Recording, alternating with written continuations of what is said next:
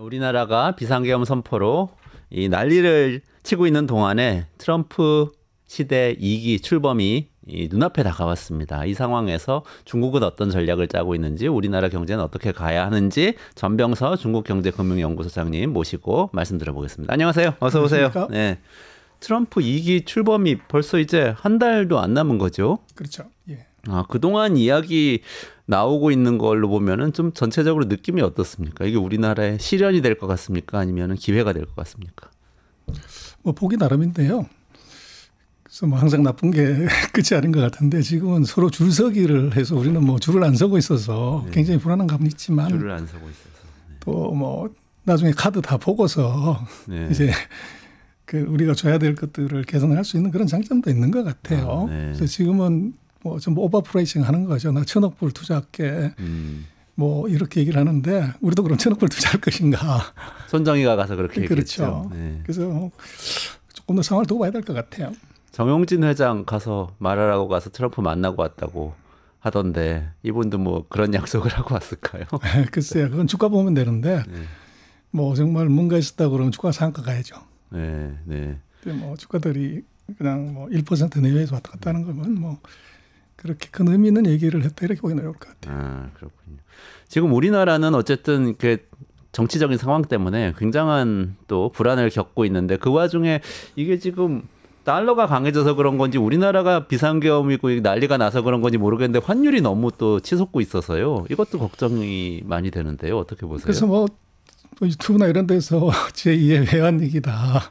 뭐 그런 얘기 많이 나오지만, 그래서 그렇게 보는 건 좀 과장인 것 같아요. 그래서 뭐 이게 돈으로 보면 무역하고 이제 자본시장 두 군데서 돈이 들어오고 나가는 건데, 지금 우리 무역 흑자는 뭐 계속 들어오고 있어서 큰 문제가 없고, 오히려 이제 자본시장에서 외국인이 주식 팔고 나가는 돈, 이게 오히려 단기 환율에 수급에 큰 영향을 주죠. 그래서 보니까 지금 8월 달부터 12월 달까지 총 외국인이 판 게 21조 원 팔았더라고요. 그래서 그러면 이 금액이 뭐 엄청나게 큰 건데, 그래서 저게 만약에 무역에서 21조 정도 적자 났다고 그러면 뭐 난리가 났겠지만, 자본시장에 돈 빠지는 거는 우리 별 관심이 없죠. 그러나 환율은 그걸 정확하게 반영하고 있는 거 아닌가 싶습니다. 팔고 나가고 있기 때문에 외국인들이 팔려면 원화를 팔아야 되는 거니까요. 그렇죠? 달러로 바꿔야 되는 거니까 원화 가치가 계속 떨어질 수밖에 없게 되는 거겠군요. 지금은 그런 상황이군요. 그 이번에 저는 사실 그 계엄하고 탄핵 국면에서 사실 제일 조금 뭐랄까, 이거 위험하다 이렇게 느껴졌던 순간이 뭐였냐면요. 다른 거 위험한 거 많았지만, 우리나라 어쨌든 미국하고의 관계도 중요하고 중국하고의 관계도 여러 가지로 중요하지 않습니까? 근데 이 대통령이 담화문 발표하는 과정에서 뭐 계엄과 이런 불가피성을 막 강변하는 과정에서 중국 스파이 이야기를 한 장면이 있었거든요. 저는 사실 뭐 이게 계엄이 나쁘고 뭐 이런 얘기 다 떠나서, 저런 얘기를 대통령이 하면 중국이랑 국가 우리나라 관계가 어떻게 될까 이런 걱정을 좀 했었거든요. 어떻습니까? 그래서 뭐 그 사이에 중국이 최근 들어서는 한국하고 좀 해빙 모드를 가져가려고 했던 것 같아요. 근데 뭐 돌발적인 그런 이제 표현들이 나오면서 중국도 좀 당황했던 거 아닌가 싶어요. 근데 좀 다행스러운 것은 아마 중국도 한국의 그런 그 우발적인 상황을 아마 이해를 한 것 같아요. 만약에 이제 이것이 민감하다 그러면 외교부 대변인의 그 코멘트가 뭐 중국은 아주 시니컬하게 하거든요. 근데 뭐 두리뭉실하게 그냥 그렇게 얘기를 하고, 뭐 한중 관계 잘 됐으면 좋겠다, 이렇게 갔다는 것은 뭐 중국이 한국의 상황에서 나온 돌발 상황이다, 뭐 이런 정도로 이해를 하는 것 같고, 이제 외교에서 제일 뭐 중요한 건 아무래도 미국도 그렇고 뭐 우리도 그렇지만 대사를 누굴 보내냐, 부임하냐 안 하냐는 게 문제인데, 만약에 이제 중국이 거기에 굉장히 민감하게 반응했다고 하면, 지금 이제 주한 중국 대사죠, 그 발령을 안 냈을 것 같아요. 그런데 아마 크리스마스 지난 26일쯤에 아마 그 대사가 부임을 하는 것 같아요. 그래서 그렇게 놓고 보면 뭐 그 대통령의 돌발 발언은 중국으로서 그렇게 시리어스하게 보고 있지는 않은 것 같다, 그렇게 보여집니다. 대사가 어떤 사람인가요? 다이빙인데 그 아프리카 쪽이 이제 전공이었어요. 주로 아프리카 쪽에 많이 근무를 했던 분이고, 그 유엔 대표부의 부대표, 이제 그렇게 돼 있는데 그래서 뭐 해석은 여러 가지 할 수가 있지만 뭐 한국에 대해서 어떤 이제 뭐 지위를 준 거냐. 그래서 또 왜 그럼 하필이면 아프리카 전공이냐. 그렇게 얘기할 수도 있고 네. 또 다르게 생각하면 이제 유엔의 부대표 정도라고 하는 국제화된 사람을 이제 한국에 파견을 했다. 뭐 그렇게도 해석할 수 있을 것 같아요. 아, 그렇군요. 예. 지금 우리 권한대행 체계에서도 아그레망 주고 이런 데는 문제는 없는 거겠죠? 근데 그게 뭐 우리가 주는 거는 그렇지만 또 우리도 지금 중국 대사가 들어와야 되기 때문에 문제는 우리가 문제인 것 같아요. 그래서 이제 뭐 예를 들어서 탄핵이 결정이 나고 만약에 대선이 있다고 하면 그 지금 있는 대통령이나 권한대행이 보낸 대사는 또 바꿔야 되니까 그 시간이 뭐 6개월 그 안에 뭘 하기가 굉장히 애매한. 그래서 중국의 상황보다는 우리가 더 이제 그 사이에 이제 외교 채널이 중국하고 이게 조금 이제 소강 상태에 들어가는 그런 이제 일이 오히려 발생할 것 같아요. 현재 우리 주중대사가 공석인 상태. 그렇죠. 아, 그 발령이 이미 난 거죠. 이런 게 이제 외교적 공백을 가져오는군요. 그렇습니다. 그래서 뭐 전임 그 대통령 비서실장을 내정을 했는데 지금 뭐 이런 사태가 터져버리니까 이제 윤 대통령이 보내는 대사는 뭐 중국도 아그레망 주기가 굉장히 좀 어색할 거고 그러네요. 또 우리로서는 정권이 바뀌었을 때 뭐 중요한 지역의 대사는 또 다 바꾸는 거니까 6개월 만에 또 바꿀 거냐 뭐 그런 문제가 우리한테는 있죠. 알겠습니다. 이제 트럼프 시대에 대해서 본격적으로 좀 짚어보겠습니다.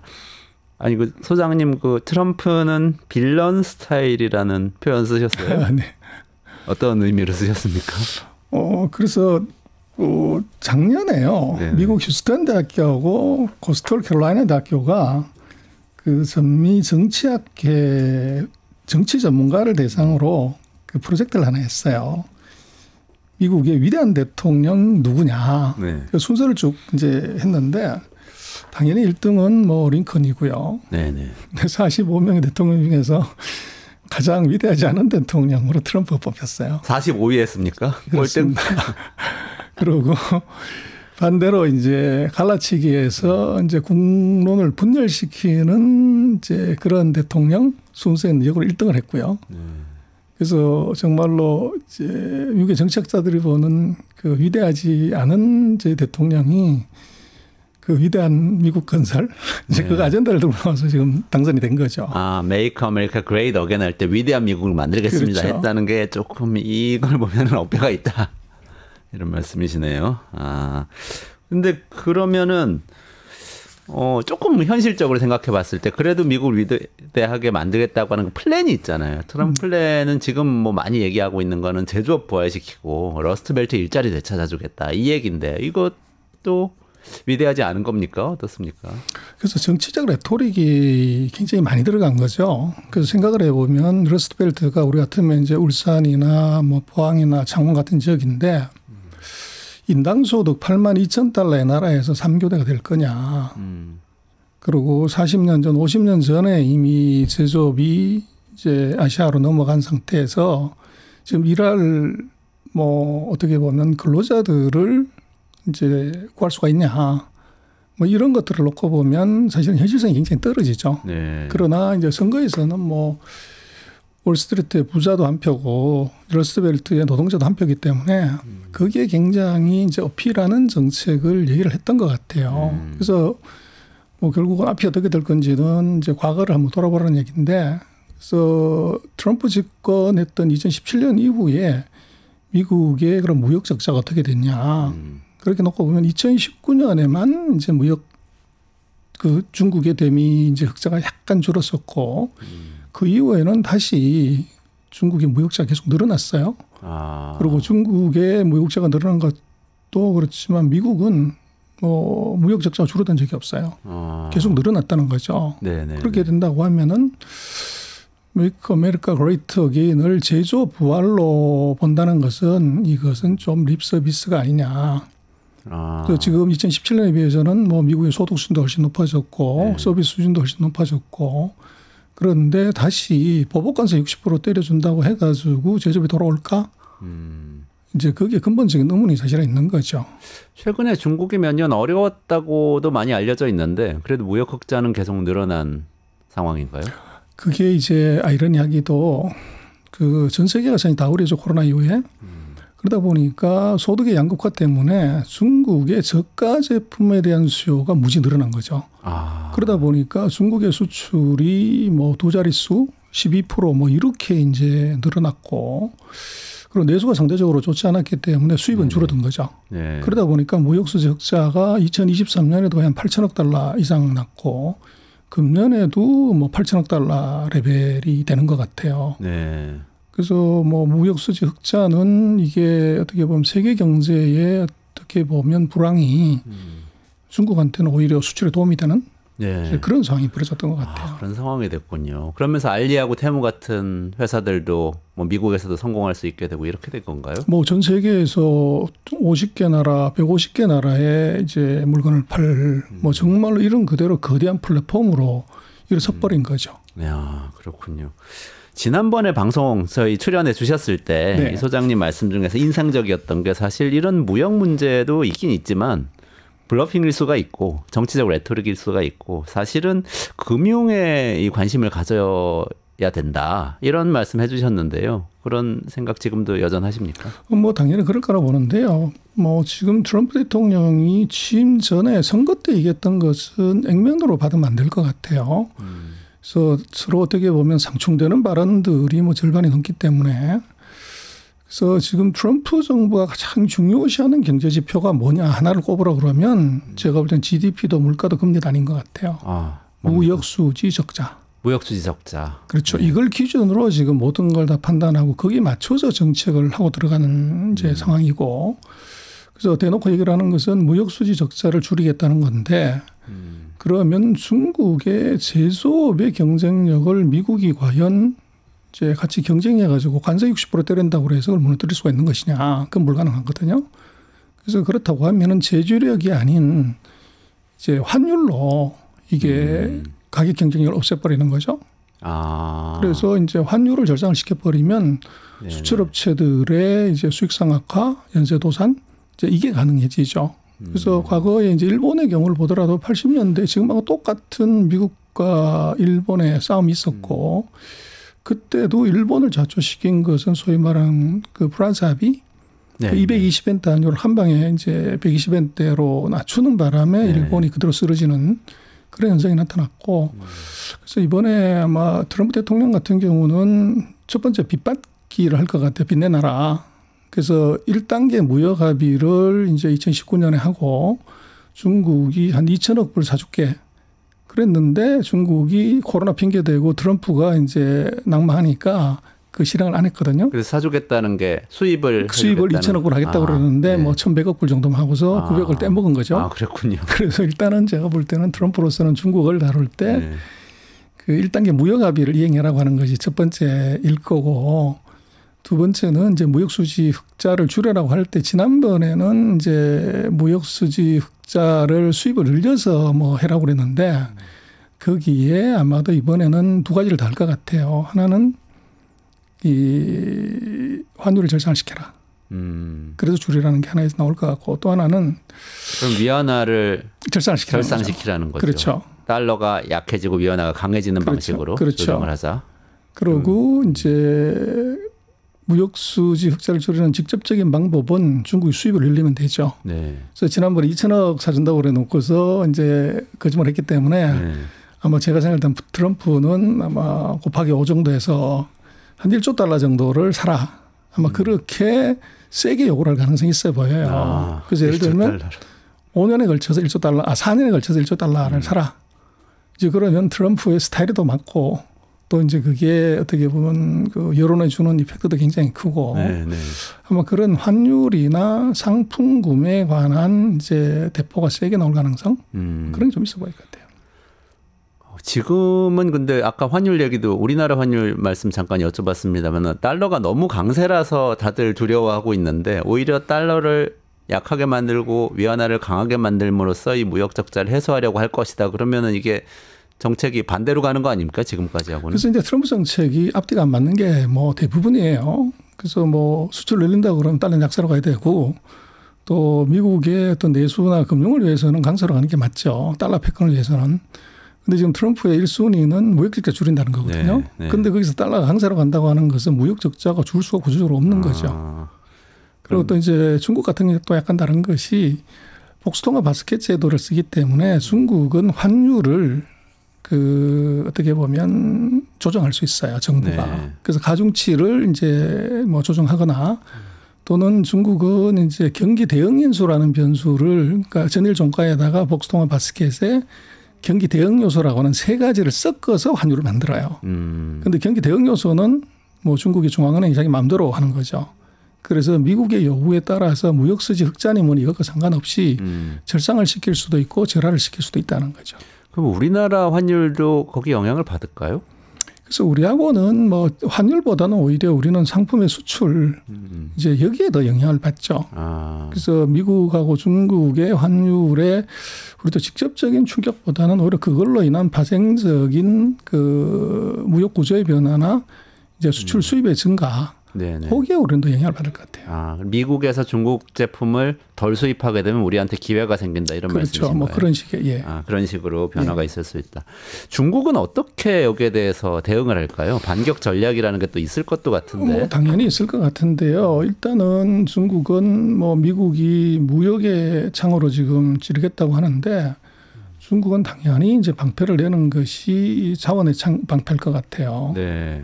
그래서 지금 뭐 예를 들어서 F-25 전투기에도 히토리 금속이 뭐 400kg 이상 들어간다고 얘기를 하는데 그 전 세계 히토리 금속의 그 시장 점유율로 보면 61%가 중국이에요. 그리고 이제 미국의 그 핵심 광물, 뭐 반드시 필요한 광물들의 뭐 그 상당한 부분이 이제 중국한테서 의존을 하는 거죠. 그러다 보니까 중국이 만약에 그걸 수출 안 했을 때 이제 문제가 되는 게 중국한테 50% 이상 의존하는 항목이 7개, 80% 이상 하는 항목이 8개나 돼요. 핵심 광물 중에서요? 그렇죠. 그러다 보니까 이걸 이제 건드렸을 때 미국의 첨단 산업이나 방위 산업이 크게 충격을 받을 위험이 있죠. 그래서 뭐 대표적인 것 중에 하나가 연구 자석 같은 겁니다. 그래서 자석 같은 경우는 뭐 전자제품에 거의 다 쓰이고 전기차에는 반드시 들어가는 건데 이 연구자석 같은 경우는 중국이 거의 전 세계 시장의 93%를 차지하고 있어요. 단기적인 어떤 다른 대체지를 찾을 수가 없고요. 또 지금 전기차가 날리고 배터리가 날리지만 배터리에 들어가는 흑연 같은 경우 음극재는 뭐 가격이나 이런 것보다도 시장의 점유율을 보면 중국이 뭐 93%, 96%를 차지하고 있기 때문에 이걸 건드렸을 때 뭐 배터리 산업, 전기차 산업 이게 이제 흔들거릴 수가 있는 거죠. 그 지난번에 한번 나오셨을 때 또 말씀하셨던 게 중국에서 뭐 우리나라 기업들 다 나오고 그랬지만 사실 월마트, 애플, 테슬라 뭐 중국에서 다 하고 있다. 그래서 미중 갈등이라는 게 우리가 생각하는 그런 게 아니다. 그런 말씀도 해주셨는데 이런 상황도 좀 변수가 될 수 있나요? 그래서 이번에 재미난 사건 하나가 그 미국이 중국의 AI를 이제 뭐 굴게 하는 것 자체를 막으려고 HBM, 우리 하이닉스나 삼성전자가 하는 HBM을 중국으로 수출하는 걸 금지한다는 조치를 가장 최근에 발표를 했어요. 근데 거기에 이제 중국의 대응이 뭐냐면 엔비디아를 제재를 했어요. 엔비디아가 2020년인가 22년인가 어떤 회사를 하나를 M&A를 했는데 그 M&A의 승인 조건을 위반했다고 그래가지고 엔비디아에 이제 벌금을 때린 거죠. 그랬더니 그날 아마 엔비디아가 뭐 3%인가 5%인가 주가가 빠지는 일이 그런 날이 벌어졌고. 있었죠. 근데 이제 그게 제가 볼 때는 뭐 엔비디아가 무슨 벌금 뭐 몇십억 불 내는 것 때문에 뭐 회사가 무너져 이런 건 전혀 아닌데 중국이 카드를 보여준 것 같아요. 그래서 HBM을 제재했을 때 지금 엔비디아를 제재하면서 미국한테 우리도 칼이 있어 이런 느낌? 근데 그게 진짜 중요한 칼은 제가 볼 때 테슬라하고 애플일 것 같아요. 그래서 테슬라는 뭐 전 세계에서 제일 큰 전기차 공장을 상하이에서 돌리고 있고 95만 대 캐파를. 그렇죠. 근데 이거를 만약에 제재했을 때 테슬라 주가 어떻게 될 거냐. 그리고 애플 같은 경우는 뭐 아이폰의 95%를 아직도 여전히 중국에서 만들고 있기 때문에 애플의 공장을 예를 들면 뭐 소방검사 좀 하자, 안전검사 좀 하자, 뭐 심지어 위성검사 좀 하자 그래가지고 이게 트집 잡아서 그 영업 정지시키면 어떻게 되냐. 그러면 이제 세계에서 시가총액 1등하는 회사 주가가 급락할 수 있는 리스크가 있죠. 그러네요. 그래서 제가 볼 때는 중국은 아마도 미국의 그런 그 기술적인 제재 또 관세 제재가 정말 세게 들어오면 그 중국에 진출한 미국 기업 이제 이걸 건드릴 가능성이 높고 그래서 거기에 이제 뭐 지금까지 돈을 아까 말씀하신 것처럼 잘 벌고 있는 회사지만 지금 트럼프하고 이제 중국의 3라운드 전쟁에서는 볼모가 3사람 있을 것 같아요. 아, 누구죠? 하나가 첫 번째 테슬라, 두 번째가 애플. 세 번째가 월마트. 그렇죠. 아. 그래서 그 세 개가 지금 예를 들어서 애플하고 이제 테슬라는 중국에서 생산을 해야 되는 문제가 있고 월마트는 팔고 있는 물건의 60%가 원산지가 메이드 인 차이나예요. 그러네요. 그렇게 되면 이제 애플이 월마트가 중국으로부터 들어오는 품목들의 만약에 텍스가 60%가 더 붙는다 그러면 가격이 60% 올라가는 거죠. 그렇죠. 지금까지 뭐 에브리데이 로우 프라이스로 그렇죠. 버텨온 거 성장한 게 월마트 아닙니까? 그렇죠. 그걸 지킬 수가 없게 되네요. 미국 내에서도. 그렇죠. 그렇게 되면 이제 월마트의 영업 또 이제 그런 정도 높은 가격을 감당 못한다고 하면 중국이 수출을 못하게 되면 월마트의 매장이 60%가 비게는 그런 불상사가 생기죠. 네. 그래서 아이러니하게도 하여간 그 세계적인 브랜드의 미국 기업들이 그 미중 전쟁의 볼모가 되는 불상사 뭐 그런 게 나타날 수도 있을 것 같아요. 그렇군요. 최근에는 그래서 그 일론 머스크가 사실은 이제 이번 트럼프 정부의 실력자가 될 걸로 다 예측을 하고 있는데 일론 머스크를 통해서 미중 관계의 어떤 전기가 마련되거나 또는 중국이 일론 머스크 활용해서 뭔가 풀어보지 않겠냐 이런 얘기도 있습니다. 어떻게 보세요? 그렇죠. 있을 것 같아요. 그래서 과거에 보면 트럼프 때도 그렇고 바이든 때도 그렇고 정말 고위급이 하고 싶은 얘기는 메신저를 보냈거든요. 네. 그게 누구냐 하면 100세 대신 그 키신저 박사였어요.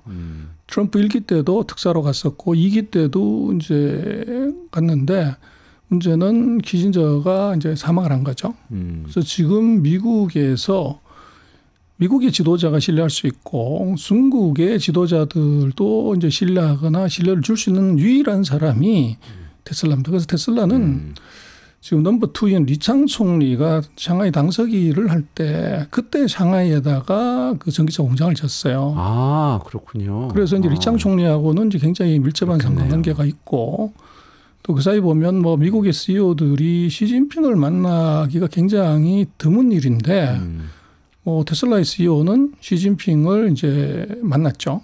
그러다 보니까 이 중국에서 하고 싶은 얘기 또 그리고 트럼프가 진짜 속으로 하고 싶은 얘기를 전달할 수 있는 메신저로서 아마 가장 유력한 사람이 일론 머스크가 아닌가 싶어요.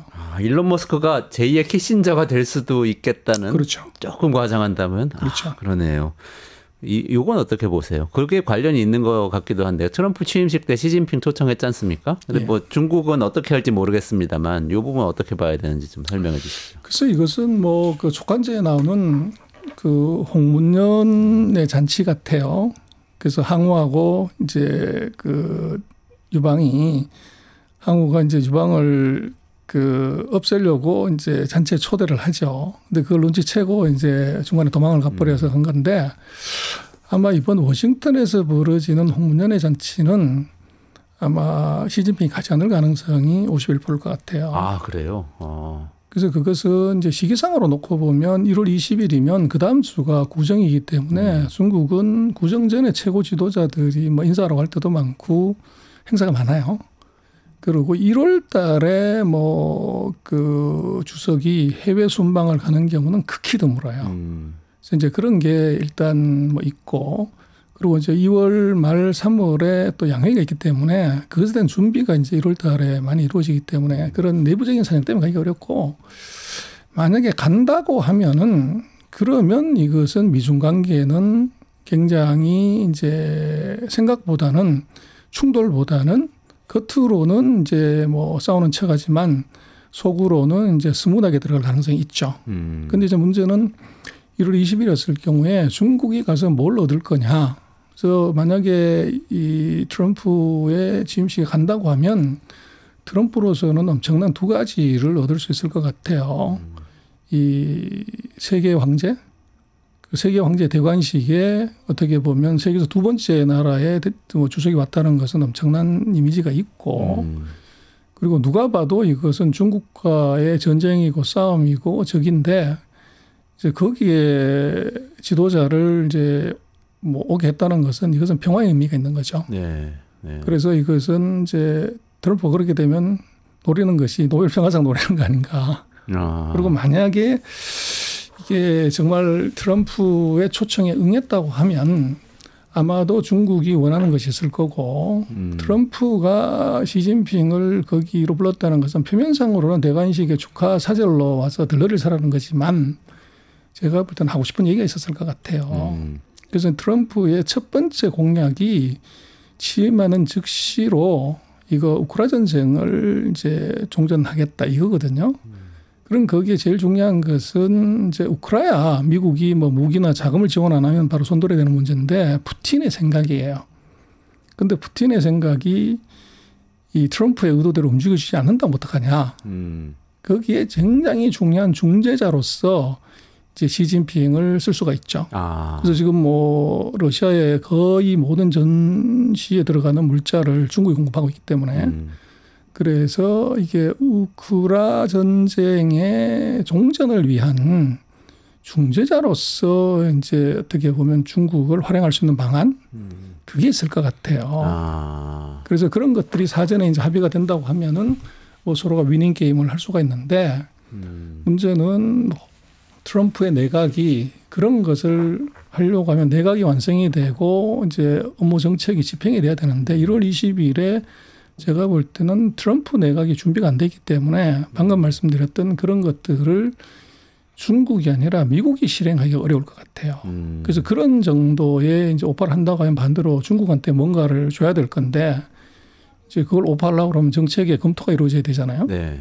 근데 지금 뭐 트럼프의 성격상 지금 있는 바이든 정부의 관료 내각들은 전혀 신뢰하지 않기 때문에 뭐 지금 바이든 정부가 만든 안 이거 다 폐지시켜버리겠다고 하는 상황이니까 아마 트럼프 자체의 준비 부족이 있지 않겠나.